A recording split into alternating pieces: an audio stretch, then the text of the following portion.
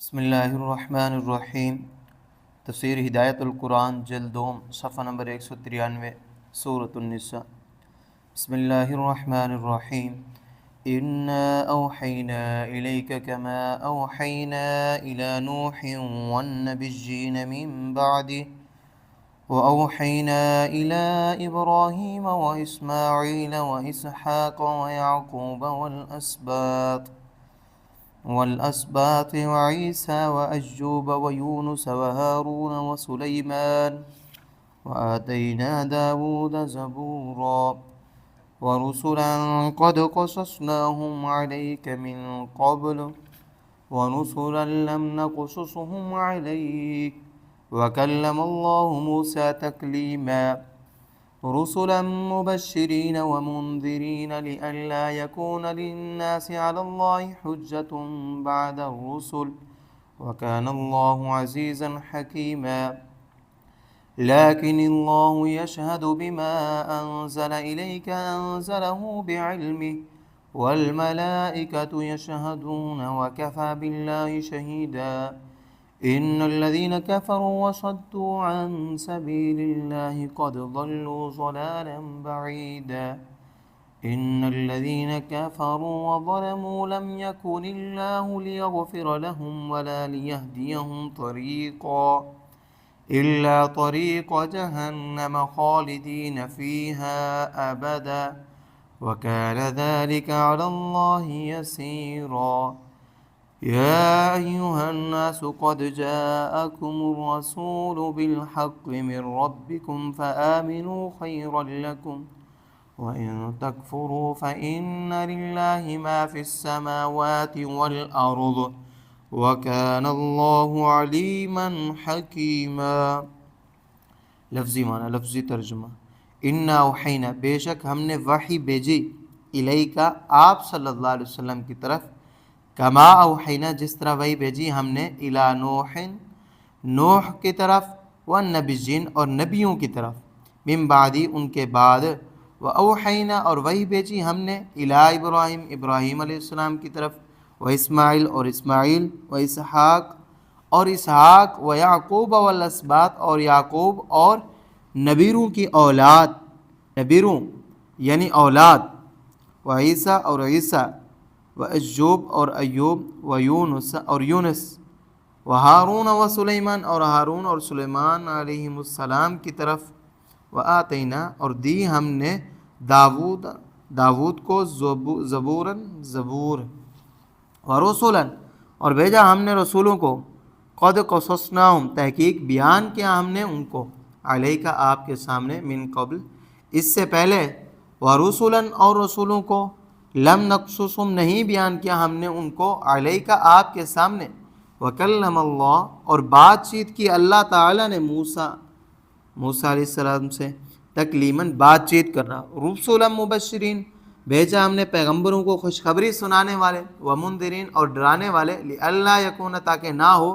للناس لوگوں کے لیے، علی اللہ اللہ تعالیٰ پر، حجت کوئی حجت حضور، بعد الرسل رسولوں کے بعد،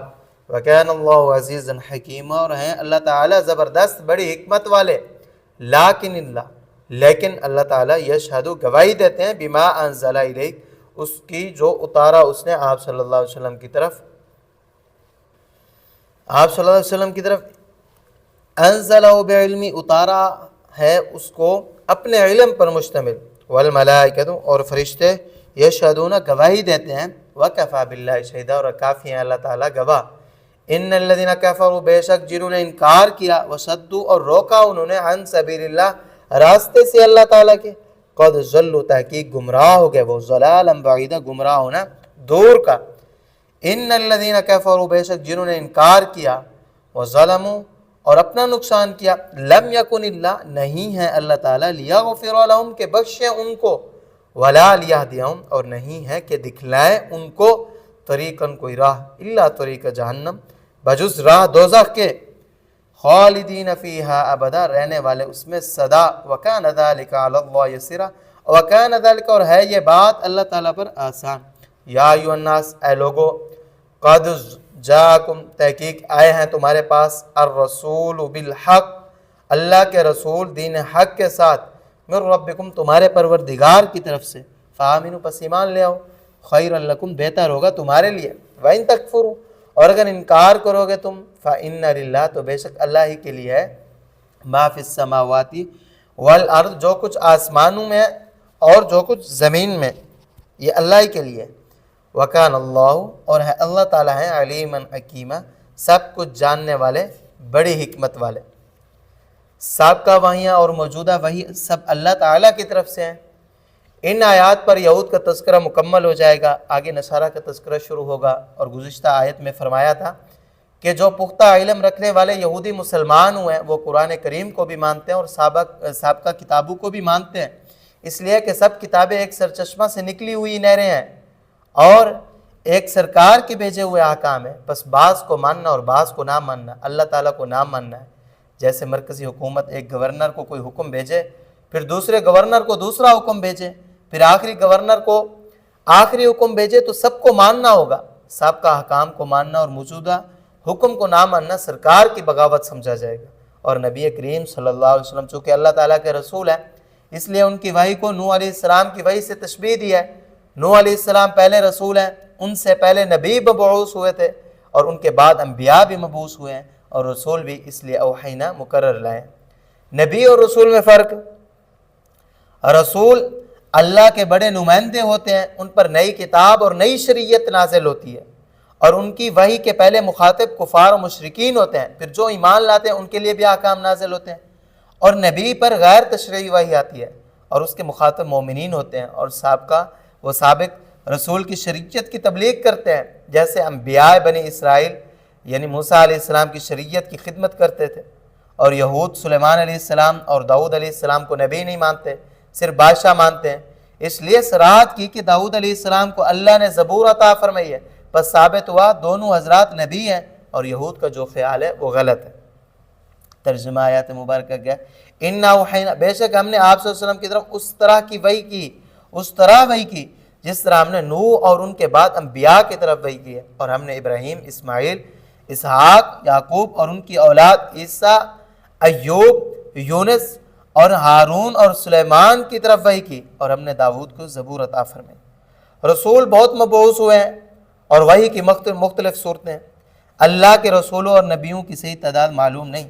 قرآن کریم میں بھی 25 انبیاء اور رسول کا ذکر آیا، بعض کے تو صرف نام آئے ہیں، جیسے حضرت ذوالکفل علیہ السلام، ان کے احوال مذکور نہیں، مگر یہ بات قطعی ہے کہ انبیاء اور رسول بہت مبعوث ہوئے ہیں، اور قرآن تاریخ کی کتاب نہیں، کتاب دعوت ہے، اس لیے انبیاء کے حالات بیان کرنا قرآن کریم کا موضوع نہیں، بس تعین کے بغیر تمام انبیاء اور رسول پر ایمان لانا ضروری ہے۔ اسی طرح اللہ تعالیٰ کی کتابیں بھی متعدد نازل ہوئی ہیں، مگر ان کی تعداد بھی معلوم نہیں، صرف 4 کتابوں کا قرآن میں ذکر آیا، ان کے علاوہ ابراہیم علیہ السلام کے صحیفوں کا بھی ذکر آیا، اس لیے بالاجمال سبھی کتابوں پر ایمان لانا ضروری ہے، اور رسولوں پر اللہ کے وحی کے اللہ کی وحی جو ہے وہ مختلف طرح سے آئی ہے۔ وحی کی پہلی صورت، مختلف صورتیں، پہلی صورت اللہ تعالیٰ نے طور پر حضرت موسیٰ علیہ السلام سے بلا واسطہ بول کر کلام فرمایا، تکلیما مفعول مطلق بیان نوعیت کے لیے، یعنی بول کر کلام فرمایا، پس کلمہ میں کچھ مجاز نہیں، مگر یہ کلام فرمانا صرف نبوت سے سرفراز کرنے کے سلسلے میں تھا، پوری تورات اس طرح نازل نہیں ہوئی، بلکہ وہ آئندہ آنے والی دوسری صورت میں نازل ہوئی۔ وحی کی دوسری صورت، اللہ کا پیغام فرشتہ یعنی جبرائیل علیہ السلام نبی کو پہنچاتا ہے، نبی اس کو لکھ لیتا ہے یا لکھوا لیتا ہے۔ اس صورت میں الفاظ فرشتے کے یا نبی کے ہوتے ہیں، اور کبھی مضمون نبی کے قلب پر وارد ہوتا ہے، نبی اس کو بھی اپنے الفاظ میں لکھ لیتا ہے یا بیان کر دیتا ہے۔ اسی لیے سابقہ کتابوں کو قرآن میں اللہ کی کتابیں کہا ہے اور اللہ کا کلام نہیں کہا۔ حضرت مولانا محمد قاسم صاحب نانوتوی رحمہ اللہ نے براہین قاسمیہ براہین قاسمیہ میں یہ بات ارشاد فرمائی ہے کہ تورات و انجیل وغیرہ کتب من جانب اللہ ہونے کے باوجود قرآن کریم کی طرح فصیح و بلیغ کیوں نہیں؟ فرماتے ہیں ہاں خدا کی کتاب مثل تورات اور انجیل اور زمانوں میں بھی نازل ہوئیں، مگر ظاہر ہے کہ کسی کی کوئی کتاب ہو تو یہ لازم نہیں کہ اس کا کلام بھی ہو، کیونکہ عربی زبان میں کتاب خط کو کہتے ہیں، اور خط اوروں سے بھی لکھوا سکتے ہیں۔ سو اگر مضمون الہامی ہو اور عبارت ملائکہ کی ہو، یا فرض کرو کہ عبارت انبیاء کی ہو جیسے اہل کتاب کا بنسبت تورات و انجیل خیال ہے، تو تورات و انجیل کتاب اللہ تو ہوں گی پر کلام اللہ نہ ہوں گی۔ شاید یہی وجہ ہے کہ قرآن کریم میں جہاں تورات و انجیل کا ذکر ہے وہاں ان کو کتاب اللہ کہا ہے، کلام اللہ نہیں کہا۔ اور ایک آدھ جگہ سورۃ البقرہ کی آیت نمبر 75 سوائے قرآن اور کلام کے کو کلام اللہ کہا ہے، تو وہاں نہ تورات کا ذکر ہے نہ انجیل کا، بلکہ بدلالت قرآن اس کلام کا ذکر معلوم ہوتا ہے جو ہم راہیان موسیٰ علیہ السلام نے سنا تھا۔ اور پھر یہ کہا تھا لن نؤمن لک حتی نری اللہ جہرۃ، کیا کہ یعنی فقط کلام سن کر ایمان نہ لائیں گے، خدا کو دیکھ لیں تو ایمان لائیں گے۔ اور یہی وجہ معلوم ہوتی ہے کہ اور کتابوں کے اعجاز و بلاغت و فصاحت کا دعویٰ نہیں کیا گیا، یعنی خدا کا کلام ہوتی تو وہ بھی معجزہ ہوتی، کیونکہ ایک آدمی کے کلام کا ایک انداز ہوتا ہے۔ جاننا چاہیے کہ نبی علیہ الصلوۃ والسلام پر بھی اس طرح وحی آتی تھی، اور اسی کا نام احادیث شریفہ ہے۔ احادیث اللہ کا کلام نہیں، ان کا مضمون فرشتہ کے ذریعے آیا ہے، یا آپ صلی اللہ علیہ وسلم کے قلب پر وارد ہوا ہے۔ آپ صلی اللہ علیہ وسلم نے اس کو اپنے الفاظ میں بیان فرمایا، کما اوحینا الی نوح، اس میں یہی تشبیہ مراد ہے۔ امام بخاری رحمہ اللہ نے بخاری شریف کے شروع میں اس آیت سے احادیث شریفہ کی حجیت پر استدلال کیا ہے، اور اسی وجہ سے احادیث نماز میں پڑھنا جائز نہیں، اگرچہ وہ وحی جلی ہیں، مگر اللہ کا کلام نہیں، اور نماز اللہ کے لیے پڑھی جاتی ہے، اس لیے نماز میں اللہ کا کلام ہی پڑھنا ضروری ہے۔ اور اسی وجہ سے اہل کتاب یعنی یہود و نصارہ اپنی نمازوں میں اپنی کتابیں تورات و انجیل نہیں پڑھتے، کیونکہ وہ اللہ کا کلام نہیں۔ وحی کی تیسری صورت، اللہ کا کلام ازل میں لوح محفوظ میں ریکارڈ ہوا، پھر جب نزول قرآن کا وقت آیا تو پورا قرآن یک بارگی لوح محفوظ سے بیت معمور میں جو پہلے آسمان پر نازل کیا گیا، اس لیے کہ تشریعی وحی جبرائیل علیہ السلام اتارتے ہیں، اس لیے پورا قرآن بیت معمور میں اتارا گیا تاکہ حسب حکم وہاں سے آیات لے کر جبرائیل علیہ السلام نبی کریم صلی اللہ علیہ وسلم کو پہنچائیں۔ پھر جب جبرائیل علیہ السلام نبی صلی اللہ علیہ وسلم کو قرآن پہنچاتے تھے تو آپ علیہ السلام اس کو صحابہ کے سامنے پڑھتے تھے، پھر وہی لکھنے والے صحابہ کو بلا کر لکھواتے۔ بس قرآن کریم اللہ کا کلام ہے، واسطوں کا اس میں کچھ دخل نہیں، نہ لوح محفوظ کا، نہ بیت معمور کا، نہ جبرائیل علیہ السلام کا، نہ نبی کریم صلی اللہ علیہ وسلم کا، نہ کاتبین وحی کا۔ اس لیے قرآن کلام معجز ہے، اس جیسا کلام کوئی نہیں بنا سکتا۔ قرآن اللہ کی صفت کلام کا پر تو ہے، اور اللہ کی صفات کے مماثل کوئی چیز نہیں۔ کلم اللہ موسیٰ تکلیما، اس میں وحی کی پہلی قسم کا ذکر ہے، اور اس کی تفصیل جو ہے آگے آیت نمبر 166 میں آ رہی ہے۔ آگے ترجمہ، وَرُسُلًا قَدْ قَصَصْنَاهُمْ عَلَيْكَ، اور بھیجا ہم نے ایسے رسولوں کو جن کا حال ہم پہلے آپ سے یعنی قرآن میں مختلف جگہ بیان کر چکے ہیں، اور بھیجا ہم نے ایسے رسولوں کو جن کا حال ہم نے آپ صلی اللہ علیہ وسلم سے بیان نہیں کیا، یعنی قرآن میں ان کا ذکر نہیں ہے، اور اللہ تعالیٰ نے موسیٰ علیہ السلام سے براہ راست کلام فرمایا۔ بعثت انبیاء کا مقصد اتمام حجت، پہلا انسان پہلا نبی ہے، پھر وقتاً فوقتاً اللہ تعالیٰ انبیاء بھیجتے رہے تاکہ وہ لوگوں کو نتائج اعمال سے آگاہ کریں، اور اللہ کی پسندیدہ زندگی اپنانے والوں کو جنت کی خوشخبری سنائے، اور اللہ کے احکام کی خلاف ورزی کرنے والوں کو دوزخ سے ڈرائے، تاکہ کل قیامت کے دن لوگ یہ نہ کہہ سکیں کہ ہم نتائج اعمال سے بے خبر تھے۔ اگر ہمیں آپ کی مرضی نامرضی معلوم ہو جاتی تو ہم ضرور اس پر عمل کرتے، مگر اب جب کہ اللہ نے پیغمبروں کو بھیج کر لوگوں کو آگاہ کر دیا تو اب ان کے لیے عذر کا موقع نہ رہا۔ ویسے اللہ تعالیٰ زبردست ہیں، وہ بعثت رسول کے بغیر بھی داروگیر کر سکتے ہیں، مگر وہ حکیم بھی ہیں۔ ان کی حکمت کا تقاضا ہوا کہ پہلے لوگوں کو خبردار کیا جائے، پھر خلاف ورزی کرنے والوں کی پکڑ کی جائے۔ رسولا مبشرین، ہم نے بھیجا رسولوں کو خوشخبری سنانے والے اور ڈرانے والے بنا کر، تاکہ لوگوں کے لیے بعثت رسول کے بعد اللہ کے سامنے کوئی عذر باقی نہ رہے، اور اللہ تعالیٰ زبردست بڑی حکمت والے۔ قرآن کریم اللہ کا کلام گنجینہ علوم ہے جو فرشتوں کی معرفت اتارا گیا۔ نوح علیہ السلام سے نبی کریم صلی اللہ علیہ وسلم تک جو وحی آتی رہی، قرآن کریم کے وحی اس سے مختلف ہے۔ سابقہ وحیاں فرشتہ کا کلام ہوتی تھی، یا انبیاء کا، اور قرآن کریم یہ اللہ کا کلام ہے، اللہ کی گواہی، اور اس کا یہ مطلب ہے کہ اور وہ اللہ کا کلام ہے۔ اس کی دلیل یہ ہے کہ وہ گنجینہ علوم ہے۔ حدیث میں ہے لا تنقضی عجائب، اس کی حیرت زا باتیں کبھی ختم نہ ہوگی۔ البتہ اللہ کا یہ کلام بلا واسطہ نازل نہیں ہوا، جیسے اللہ تعالیٰ نے موسیٰ علیہ السلام سے بلا واسطہ کلام فرمایا، بلکہ فرشتوں کے توسط سے نازل ہوا۔ فرشتوں کی گواہی کا یہی مطلب ہے، پیغام لانے والا پیغام کا گواہ ہوتا ہے، ویسے اللہ کی گواہی کافی ہے، فرشتوں کی گواہی کی ضرورت نہیں۔ کلام کا اعجاز اور اس کا خزانہ معارف ہونا یہ کافی شہادت ہے۔ مشک جو تو خود مہکتا ہے، عطار کی ستائش کی پھر کیا ضرورت ہے؟ اللہ نے جب خود گواہی دے دی تو اللہ کی گواہی کافی ہے، یہ اللہ کا کلام ہے۔ آگے ترجمہ آیات مبارکہ، لیکن اللہ یشہد بما انزل الیک انزلہ بعلمہ، لیکن اللہ تعالیٰ گواہی دیتے ہیں اس قرآن کے بارے میں جو اللہ نے آپ صلی اللہ علیہ وسلم کی طرف نازل کیا، اللہ نے اس کو اپنے علم کے ساتھ نازل کیا، یعنی قرآن علوم کا خزانہ ہے اور وہی اس کے کلام اللہ ہونے کی دلیل ہے، اور فرشتے بھی گواہی دیتے ہیں کیونکہ وہی لائے ہیں، اور اللہ کی گواہی کافی ہے۔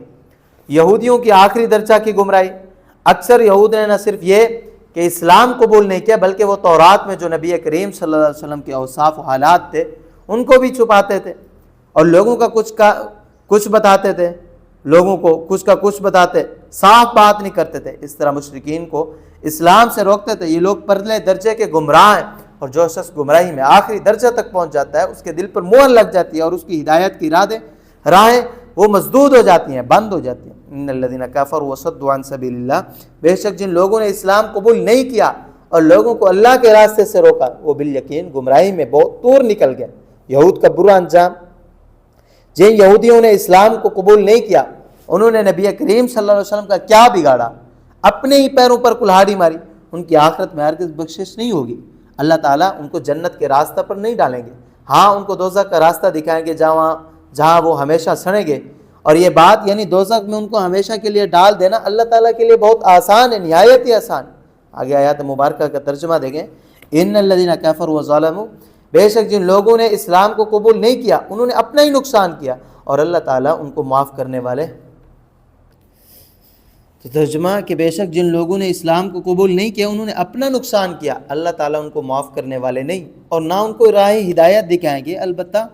دوزخ کی راہ اس میں سدا رہیں گے، اور یہ بات اللہ تعالیٰ کے لیے آسان ہے۔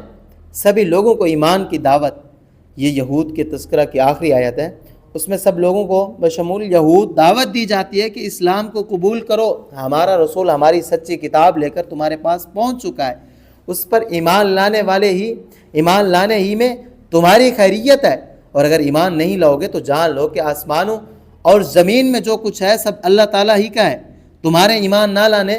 اور ایمان نہ لانے سے ان کا کوئی کچھ نہیں بگڑے گا، نہ تم ان کی گرفت سے بچ سکتے ہو۔ تم ایمان نہیں لاؤ گے، اللہ کا کچھ نہیں بگڑے گا،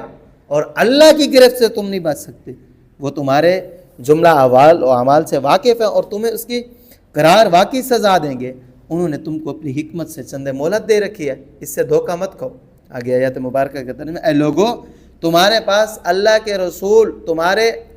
پروردگار کی طرف سے دین حق لے کر آ چکے ہیں، بس ان پر ایمان لاؤ، تمہاری بہتری اسی میں ہے، اور اگر تم اس کو نہیں مانو گے تو جان لو اللہ ہی کے لیے جو کچھ آسمانوں اور جو کچھ زمین میں ہے، اور اللہ تعالیٰ جو ہیں وہ خوب جاننے والے اور بڑی حکمت والے ہیں۔ یا اہل الکتاب لا تغلوا فی دینکم ولا تقولوا علی اللہ الا الحق انما المسیح عیسی ابن مریم رسول اللہ وکلمتہ القاها الی مریم وروح من فآمنوا باللہ ورسلہ ولا تقولوا ثلاثة انتهوا خيرا لكم انما اله واحد سبحانه ان يكون له ولد له ما في السماوات وما في الارض وكفى بالله وكيلا۔ لفظی معنی، یا اہل الکتاب، اے آسمانی کتاب والو، لا تغلو، غلو مت کرو، فی دینکم اپنے دین میں، ولا تقولوا اور مت کہو، علی اللہ اللہ تعالیٰ پر، الا الحق مگر سچی بات، انما المسیح علاوہ عظیم کہ مسیح یعنی مبارک، عیسیٰ ابن مریم، عیسیٰ بیٹے مریم کے، رسول اللہ وہ اللہ کے رسول ہے، وکلمتہ اور اس کا حکم ہے، القاہا دیا حکم اللہ نے، الی مریم مریم کو، وروح من اور معزز روح ہیں اللہ کی طرف سے، فآمنوا پس ایمان لاؤ، باللہ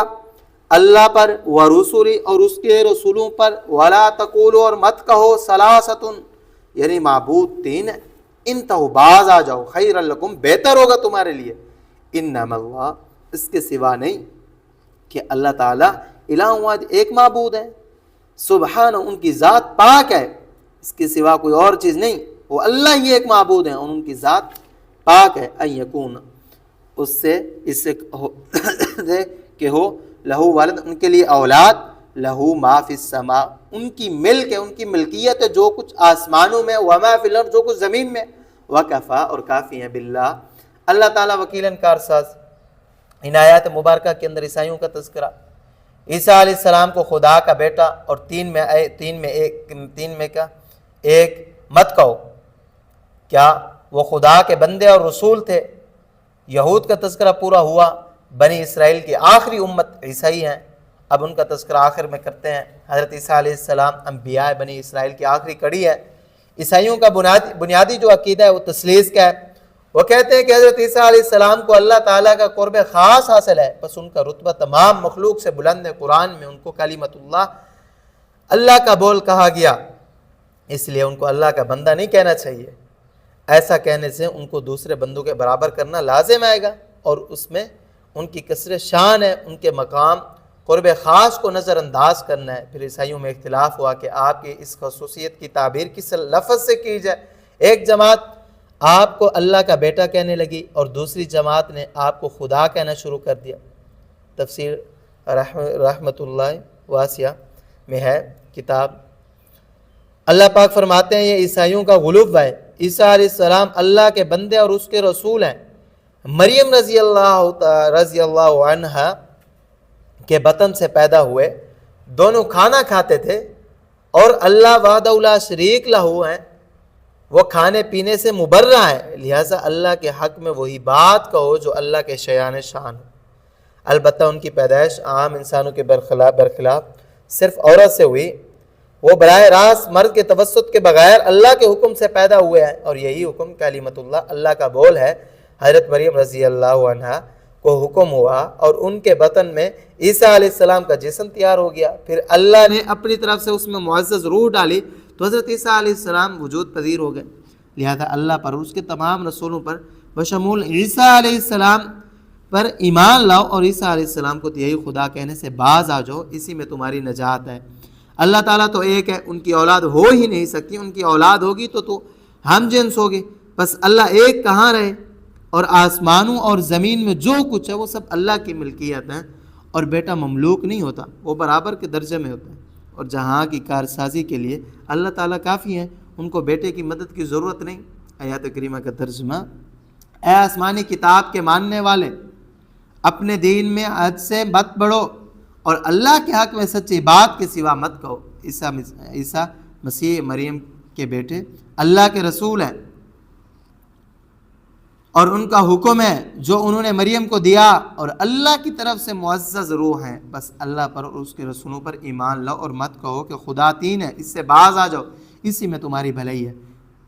اللہ تعالیٰ تو ایک ہی معبود ہے، ان کی ذات اولاد سے پاک ہے، آسمانوں اور زمین میں جو کچھ ہے وہ ان کی ملکیت ہے، اور اللہ تعالیٰ جہاں کی کارسازی کے لیے کافی ہے۔ آج کا درس اپنے اختتام کو پہنچا، اللہ تعالیٰ سمجھ عطا فرمائے۔ وآخر دعوانا ان الحمد للہ رب العالمین۔